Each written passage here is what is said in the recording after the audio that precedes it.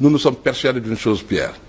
Un pays ou une démocratie qui se veut forte doit avoir 3 pieds forts et d'égale force. On doit avoir un gouvernement fort.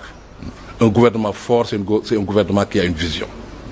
C'est un gouvernement qui est juste.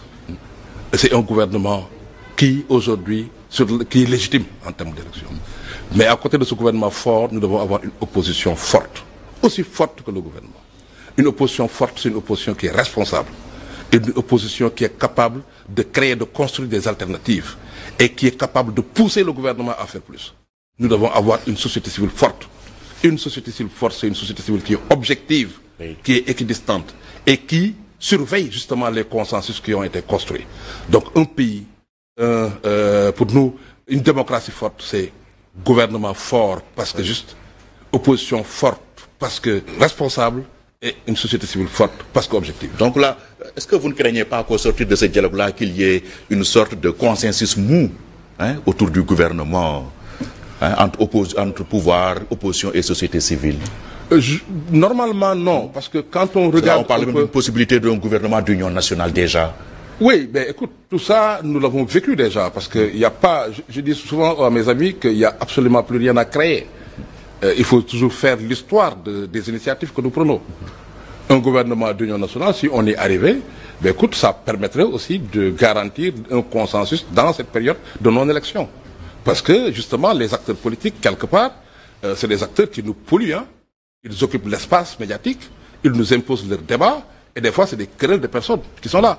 Donc aujourd'hui, nous avons hâte de montrer que le Sénégalais a évidemment de la matière pour réfléchir sur des questions de développement. Nous devons aménager plus d'espace de réflexion autour des questions macro, des questions géopolitiques, des questions d'éducation, des questions de développement. Donc si on avait un gouvernement d'union nationale, écoute, nous, dans tous les cas, on applaudirait. Mais dans tous les cas, ce que nous voulons ici signifier en parlant de ce trépied des 3 pieds forts, c'est que même si nous devons avoir un gouvernement fort, ce gouvernement ne sera fort, même s'il est d'union nationale, que s'il a aussi en face une opposition forte et une société forte. Ces 3 pieds, tous les 3 pieds doivent être robustes. S'il y a c'est comme une marmite, quand il y a un seul pied qui n'est pas robuste, ça va faire tanguer la marmite. Donc aujourd'hui, nous pensons que nous devons être dans ces perspectives où nous serons dans une écoute stéréo, une écoute plurielle, où chacun va jouer pleinement son rôle. Et c'est ça qui poussera justement chaque partie prenante à être devant ses responsabilités, à faire face à ses responsabilités, à être dans sa mission principale. Nous avons aimé quand le président Diomaye rappelle que l'opposition sera respectée et aura de l'espace pour s'exprimer. Ça, c'est des principes dans la démocratie. Nous sommes dans une démocratie. Une démocratie, ça ne peut pas être un truc mono. On ne peut pas être juste dans un son, dans une voix mono. Il faut qu'on entende toutes les voix. Et maintenant, que chacun soit dans son rôle. Ceux qui ont la responsabilité de conduire, d'appuyer sur les boutons de changement et qui vont être évalués, c'est le gouvernement. Mais les autres, ils ont aussi un rôle, la société civile. Nous devons être dans notre rôle de rappel, dans notre rôle d'alerte, dans notre rôle de suivi des politiques, dans notre rôle de suivi des engagements, dans notre rôle aussi de proximité avec les communautés pour relever et élever leur voix. Donc ça, pour nous, si chacun est dans son rôle, ce sera bénéfique pour le Sénégal. Et le président Diomaye qui est aussi surtout attendu sur les conclusions de ces assises-là, est-ce que vous avez aujourd'hui les garanties que, voilà, que les conclusions seront appliquées dans leur intégralité? Écoute, moi j'ai un préjugé favorable, évidemment, parce que si j'entends les hommes politiques, parce que nous les suivons, même si on est de l'éducation ou d'autres secteurs, nous suivons, et généralement d'ailleurs on nous interpelle, on nous interroge très rarement sur justement les agissements des acteurs politiques, pour ne pas dire politiciens. Quand nous le suivons, j'ai un préjugé favorable, parce que c'est un président qui semble être hyper ouvert, qui semble dire que, voilà, il dit par exemple, ne laissez pas ce dialogue aux seuls acteurs politiques. C'est des messages forts.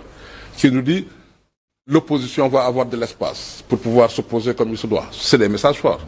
Qui sont normalement, il est jeune le président Diomaye, qui normalement va s'appuyer justement sur les enseignements tirés des dialogues antérieurs. Parce que au Sénégal, il y a eu beaucoup de dialogues sectoriels ou des dialogues globaux, mais qui n'ont pas eu le suivi nécessaire. Donc en termes de dispositifs de suivi, un dialogue, il n'a de sens que s'il se termine par des textes qui actent les consensus. Des textes qui réglementent les consensus. Ça, si nous avons ça, ça va être bien.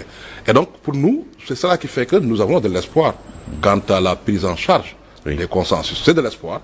Maintenant, en tant que société civile, évidemment, tout sera jugé sur le terrain, dans les faits, pour voir quel est le dispositif de suivi, d'accompagnement qui sera mis en place, pour voir quels sont les consensus véritablement qui vont être issus de ce dialogue-là et pour voir quel link ils vont créer entre ces consensus et les autres aspects qui préoccupent les Sénégalais de manière générale.